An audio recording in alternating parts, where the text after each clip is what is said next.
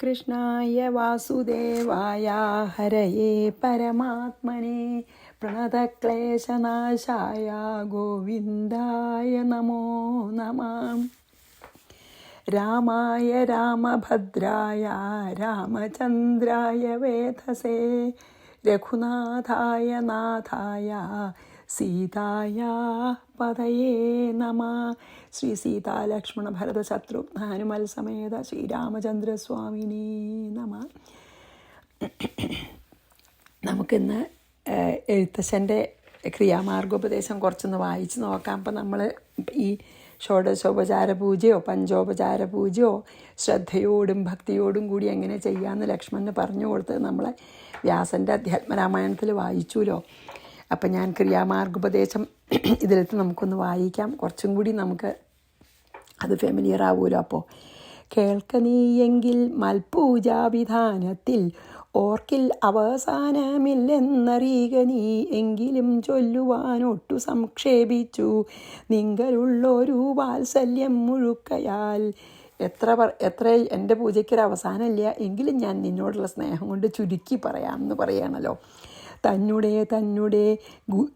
ഗൃഹ്യോക്ത മാർഗേണ മഞ്ഞിടത്തിങ്കൽ ദ്വിജത്വമുണ്ടായി വന്നാൽ ആചാര്യനോടു മന്ത്രം കേട്ടു സാദരം ആചാരപൂർവം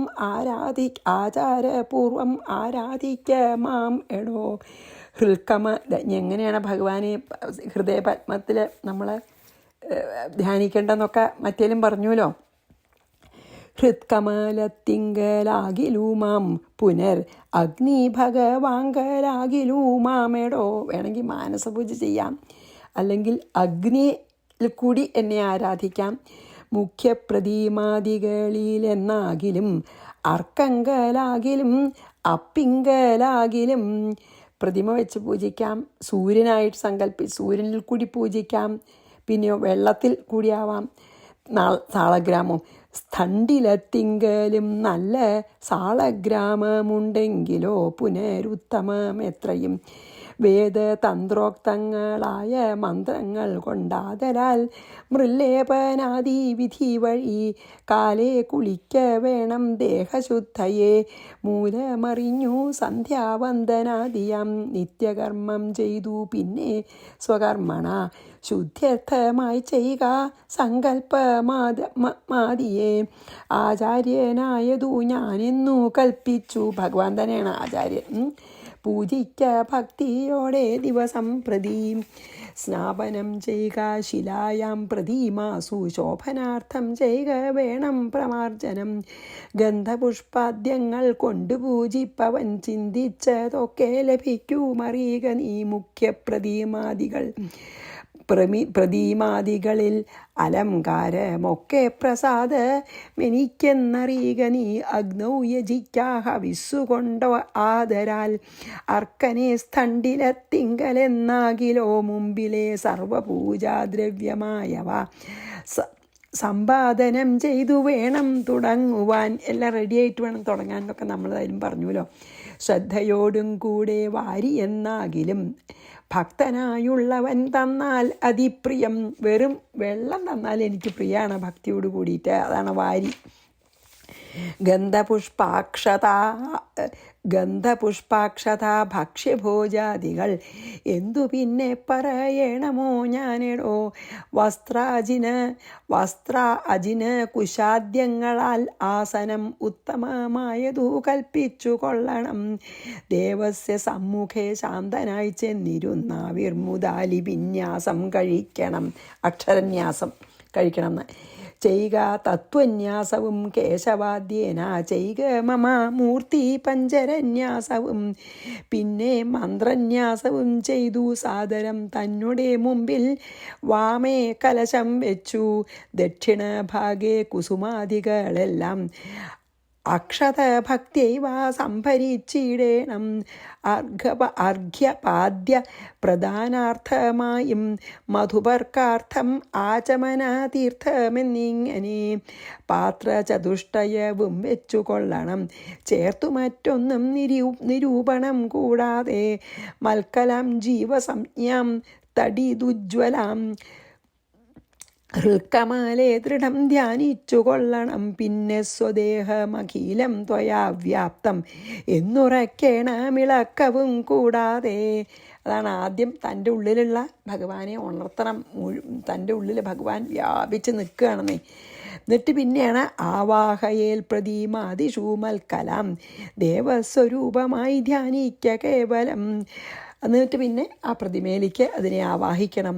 പാദ്യവൂമർഘ്യം തഥാ മധുവർക്കമിത്യാദ്യൈ പുനഃ സ്നാനവസ്ത്രവിഭൂഷണൈ. പിന്നെ ആസനം, അർഘ്യം, പാദ്യം, പിന്നെ സ്നാനം, വസ്ത്രം, ഇതൊക്കെ ഓരോ സ്റ്റെപ്പാണ്. എത്രയുണ്ടുള്ളതു ഉപചാരം എന്നാൽ അത്രയും കൊള്ളാം എനിക്കെന്നതേയുള്ളൂ. അവനവൻ്റെ ശക്തി പോലെ, സൗകര്യം പോലെ, കഴിവ് പോലെ എത്ര ഉപചാരങ്ങളോടുകൂടി വേണം എന്നെ പൂജിക്കാം. വെറും വെള്ളായാലും മതി എന്ന് പറഞ്ഞുല്ലോ. ആഗമോക്തപ്രകാരേണ നീരാജനൈർ ധൂപദീപൈർ നിവേദ്യൈർ ബഹുവിസ്തരൈ ശ്രദ്ധയാ നിത്യമായി അർച്ചിച്ചുകൊള്ളുകിൽ ശ്രദ്ധയാ ഞാനും ഭുജിക്കുമറിയുക നീ. ഹോമം അഗസ്ത്യോക്ത മാർഗകുണ്ടാനലേ മൂലമന്ത്രം കൊണ്ടു ചെയ്യാമതെന്നിയേ. പറഞ്ഞില്ലേ, അഗസ്ത്യ സംഹിതയിൽ പറഞ്ഞ പോലെ കുണ്ടം, ഹോമകുണ്ടം ഉണ്ടാക്കിയിട്ട് മൂലമന്ത്രം കൊണ്ട് എന്നെ ആവാം, അല്ലെങ്കിൽ ഭക്തിയാ പുരുഷ സൂക്തം കൊണ്ടും ആമേടോ ചിത്തതാരിങ്കൽ നിനയ്ക്ക് കുമാരനീ. അഞ്ഞതു പറ്റില്ല ചില ഔപാസനാഗ്നൗ ചരുണാഹ വിഷാധ സോപാധിനാ ചൈക ഹോമം മഹാമതേ. ഇനി ഹോമകുണ്ടുണ്ടാക്കാനൊന്നും പറ്റില്ല വെച്ചാൽ ഔപാസനാഗ്നിയിൽ വെറും അഗ്നിയിലായാലും മതി. തപ്തജാംബൂനദപ്രഖ്യം മഹാപ്രഭം ദീപ്താഭരണ വിഭൂഷിതം കേവലം മാമേവ വന്യമധ്യസ്ഥിതം ധ്യാനിക്ക. ആ അഗ്നിയുടെ നടുക്ക് ഞാനുണ്ടായിട്ട് ധ്യാനിക്കുക. ഹോമകാലേ ഹൃദി ഭക്ത്യാ ബുധോത്തമൻ പാരിഷാദാനം ബലിദാനവും ചെയ്തു ഹോമശേഷത്തെ സമാപയൻ മന്ത്രവിൽ. പറഞ്ഞില്ലേ, എൻ്റെ പാർഷദന്മാർക്കും കൂടി ബലിയർപ്പിച്ചിട്ട് ഹോമം അവസാനിപ്പിക്കാം. വക്ത്രവാസം നാഗവല്ലീതലാദിയും ദത്വാമദഗ്രേ മഹൽ പ്രീതിപൂർവകം നൃത്തഗീതസ്തുതി പാഠാദിയും ചെയ്തു പാദാംബുജേ നമസ്കാരവും ചെയ്തുടൻ ചേതസി മാമുറപ്പിച്ചു വിനീതനായി മദ്ദത്തമാകും പ്രസാദത്തെയും പുനരുത്തമാങ്കേതി നിധായാനന്ദപൂർവകം. എല്ലാം പ്രസാദമൊക്കെ തൊട്ട് ഭഗവാൻ തന്നതാണെന്ന് സങ്കല്പിച്ച് അതൊക്കെ തൊട്ടിട്ട് എന്ത് പ്രാർത്ഥിക്കണം? രക്ഷമാം ഘോര സംസാരാതിഥി മുഹുരുക്വാ നമസ്കാരവും ചെയ്തനന്തരം ഉദ്വസിപ്പിച്ചുടൻ. പിന്നെ നമ്മൾ തന്നെ ഭഗവാനിൽ ലയിച്ചു സങ്കല്പിച്ചിട്ട് പ്രത്യങ്മഹസിംഗലിത്തം ദിനമനു പൂജിക്കമൽ സഖേ ഭക്തി സംയുക്തനായുള്ള മർത്യൻ മുതാ നിത്യമേവം ക്രിയായോഗമനുഷ്ഠിക്കിൽ ദേഹനാശേ മമ സാരൂപ്യവും വരും ഐഹിക സൗഖ്യങ്ങൾ എന്തു ചൊല്ലേണമോ.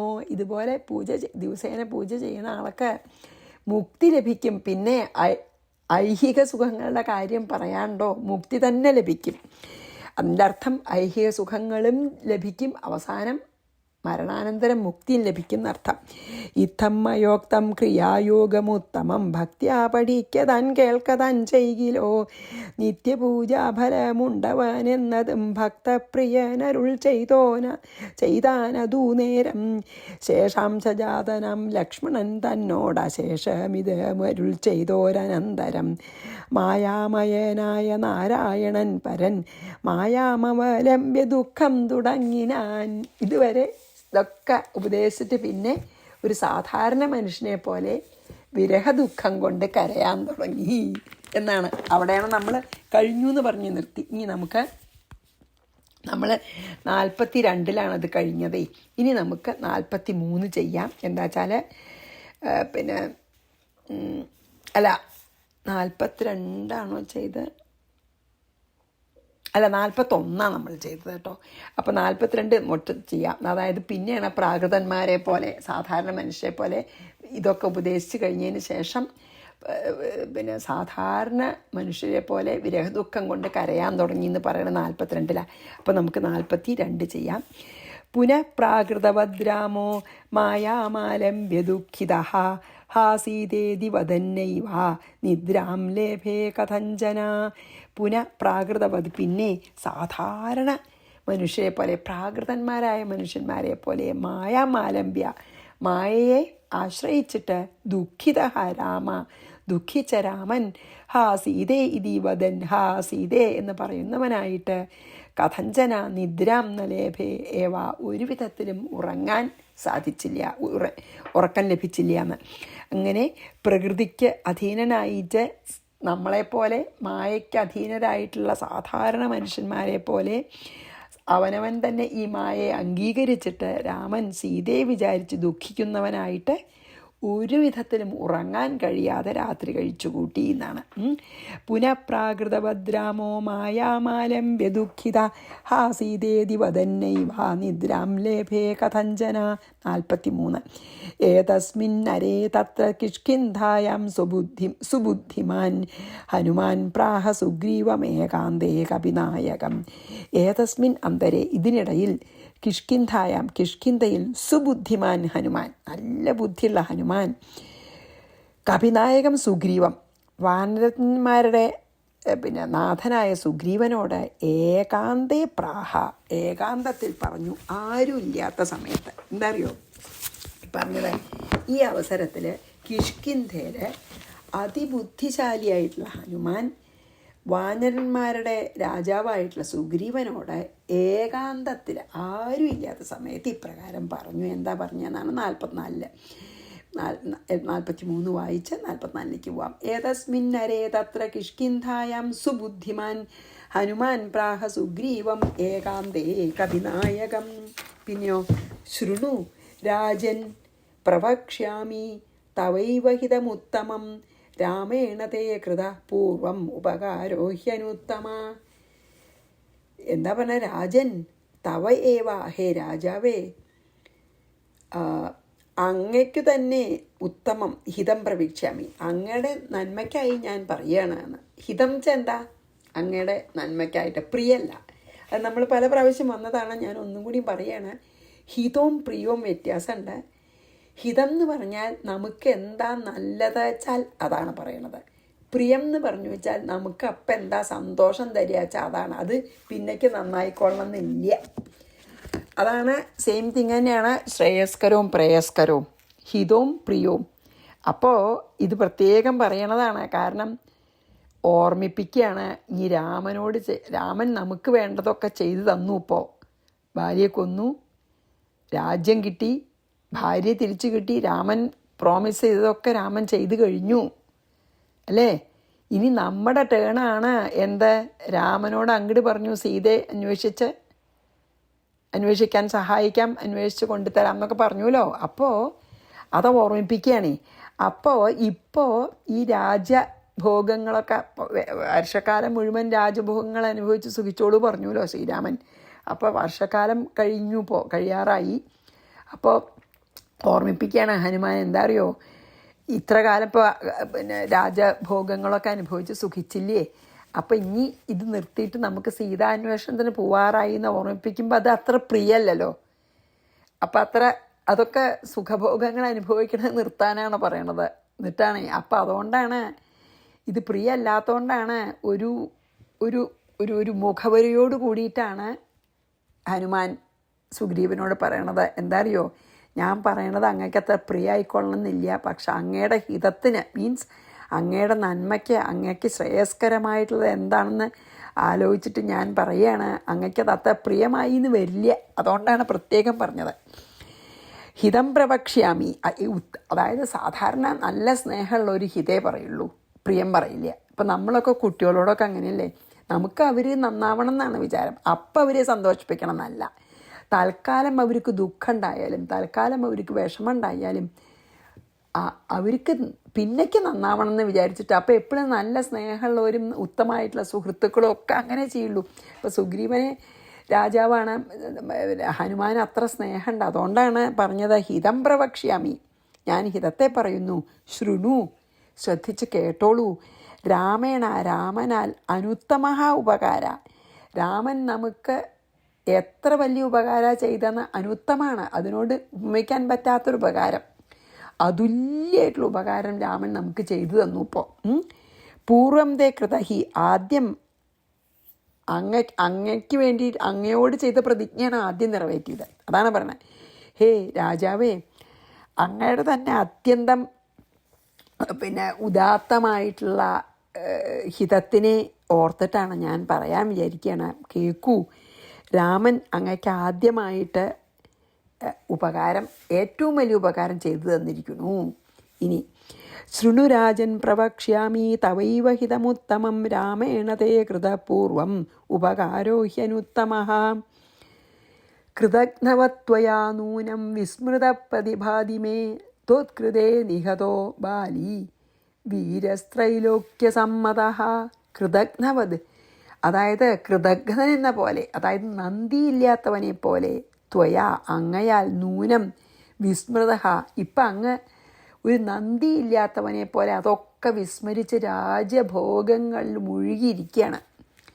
മേ പ്രതിഭാതി, എനിക്ക് തോന്നുന്നു അങ്ങ് ആ കാര്യം കംപ്ലീറ്റ് മറന്നു. അങ്ങട് ചെയ്യേണ്ട ഉപകാരത്തിനെ പറ്റി അങ്ങ് മറന്നിട്ട് കൃതജ്ഞനെ പോലെ, നന്ദിയില്ലാത്തവനെ പോലെ അങ്ങ് ആ അങ്ങട് ചെയ്യേണ്ട ഉപകാരത്തെ കംപ്ലീറ്റ് മറന്നു കഴിയണമെന്ന് എനിക്ക് തോന്നുന്നു എന്ന്. മേ പ്രതിഭാതി, അങ്ങനെ തോന്നണ്ട കണ്ടിട്ട്, കാരണം അതിനെപ്പറ്റി പറയണമെന്നല്ല.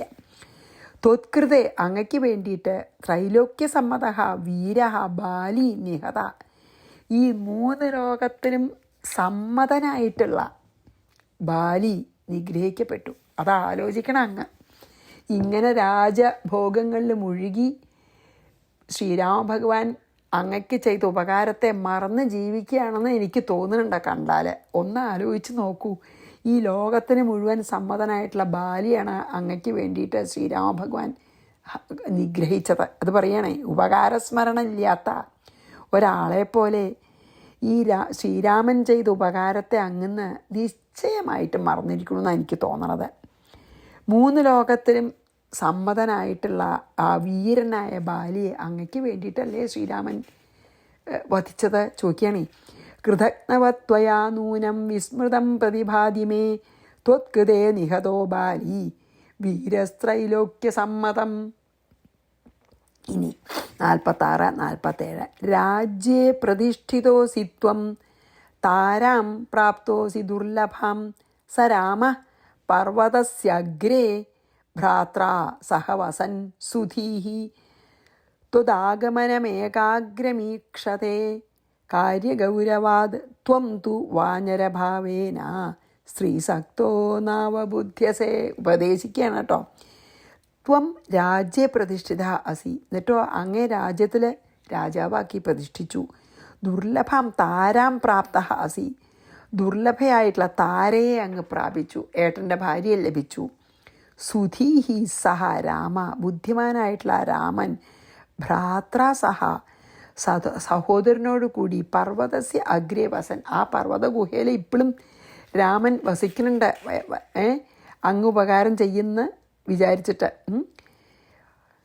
കാര്യഗൗരവം കാരണം ത്വദാഗമനം ഏവ, അങ്ങയുടെ വരവിനെ തന്നെ ഏകാഗ്രമീക്ഷതേ, ഇപ്പം വരും സുഗ്രീവൻ സീതാന്വേഷണത്തിനായിട്ടെന്ന് വിചാരിച്ചിരിക്കണ്ട അവിടെ. ത്വം തു, അങ്ങാവട്ടെ, വാനരഭാവേന, ഒരു സാധാരണ വാനരനെ പോലെ, സ്ത്രീസക്ത, സ്ത്രീകളിൽ ആസക്തനായിട്ട്, ന അവബുദ്ധ്യസേ, അതൊന്നും ആലോചിക്കണില്ലാന്ന്. ശ്രീരാമഭഗവാൻ ഹനുമാൻ ഓർമ്മിപ്പിക്കുകയാണ്, ഹേ സുഗ്രീവ മഹാരാജാവേ, ശ്രീരാമനാണ് അങ്ങേ രാജ്യത്തിൽ രാജാവാക്കി വാഴിച്ചത്. മാത്രമല്ല അത്രയും സുന്ദരിയും പഞ്ചകന്യകളിലെ ഒന്നുമായിട്ടുള്ള താരയെ അങ്ങയ്ക്ക് പ്രാപിക്കാൻ സാധിച്ചു. താരയും കിട്ടി ഭാര്യയായിട്ടേ. ഇത്രയും ഉപകാരം ചെയ്തിട്ടുള്ള ആ ബുദ്ധിമാനായിട്ടുള്ള രാമൻ, വിഡ്ഢിയൊന്നുമല്ല രാമൻ, അത് വിചാരിക്കണ്ട. അങ്ങോട്ട് പ്രതിജ്ഞ ചെയ്തില്ലേ, എന്നിട്ട് അത് ആ പ്രതിജ്ഞ നിറവേറ്റും ചെയ്തു. ആ ബുദ്ധിമാനായിട്ടുള്ള രാമൻ അനിയനായിട്ടുള്ള ലക്ഷ്മണനോട് കൂടിയിട്ട് എപ്പോഴാണ് സുഗ്രീവൻ വരികയാണ്, സീതാന്വേഷണത്തിനായിട്ട് വരികയെന്ന് ആലോചിച്ച് അങ്ങയുടെ വരവിനെ കാത്ത് ആ പർവ്വത ഗുഹയിൽ താമസിക്കുന്നുണ്ട് ഇപ്പോഴും. സീതാന്വേഷണം ചെയ്യേണ്ടതും സീതയെ കണ്ടുപിടിക്കേണ്ടതും ഇനിയിപ്പോൾ അങ്ങയുടെ ചുമതലയാണ്. അങ്ങാകട്ടെ ഈ സ്ത്രീകളിൽ ആസക്തനായിട്ട്, സ്ത്രീലമ്പടനായിട്ട്, വേറൊന്നിനെപ്പറ്റിയും ആലോചിക്കാതെ മതിമറന്നുകൊണ്ട് എന്ത് ഈ രാമകാര്യ ചിന്തയൊന്നും അങ്ങയുടെ ഉള്ളിലുണ്ടെന്ന് എനിക്ക് തോന്നുന്നില്ല, അതുകൊണ്ട് ഞാൻ ഓർമ്മിപ്പിക്കുകയാണ് എന്ന് പറയാം. അതുകൊണ്ടാണ് അങ്ങനെ പറയുകൊണ്ടാണ് ഹിതാണ് അങ്ങയുടെ ഹിതത്തിന് വേണ്ടിയാണ് പറയണമെന്ന് ആദ്യം തന്നെ ഒരു മുഖവരയോടുകൂടി പറഞ്ഞത്. ദേഷ്യപ്പെടണ്ട. എന്താ വെച്ചാൽ ഇങ്ങനെ സ്ത്രീലമ്പടനായിട്ട് ജീവിക്കുന്ന സമയത്ത് അത് നിർത്തിയിട്ട് സീതാന്വേഷണത്തിന് പോകുമെന്ന് പറഞ്ഞാൽ ഇഷ്ടപ്പെടില്ല. അത് തീർച്ചയായിട്ടും അത് പ്രിയാവില്ല എന്ന് അറിയാം സുഗ്രീവനെ. കാരണം സുഖഭോഗങ്ങളിൽ മുഴുകിയിരിക്കുന്ന ആളോട് അത് നിർത്തി സീതാന്വേഷണത്തിന് പോകണമെന്ന് പറഞ്ഞാൽ അത് പ്രിയല്ല. പക്ഷേ ഇതാണ്, അതുകൊണ്ടാണ് പറഞ്ഞത്. നമുക്കതൊന്ന് മനസ്സിലാക്കാണ്ട് കുറേ. അപ്പോൾ നീയെ രാമൻ്റെ കാര്യത്തിന്, അല്ലെങ്കിൽ ശ്രീരാമനും ലക്ഷ്മണനും അവിടെ കാത്തിരിക്കുകയാണ് സുഗ്രീവൻ ഇപ്പോൾ സീതാന്വേഷണത്തിന് വരുമെന്ന് പറഞ്ഞിട്ടേ.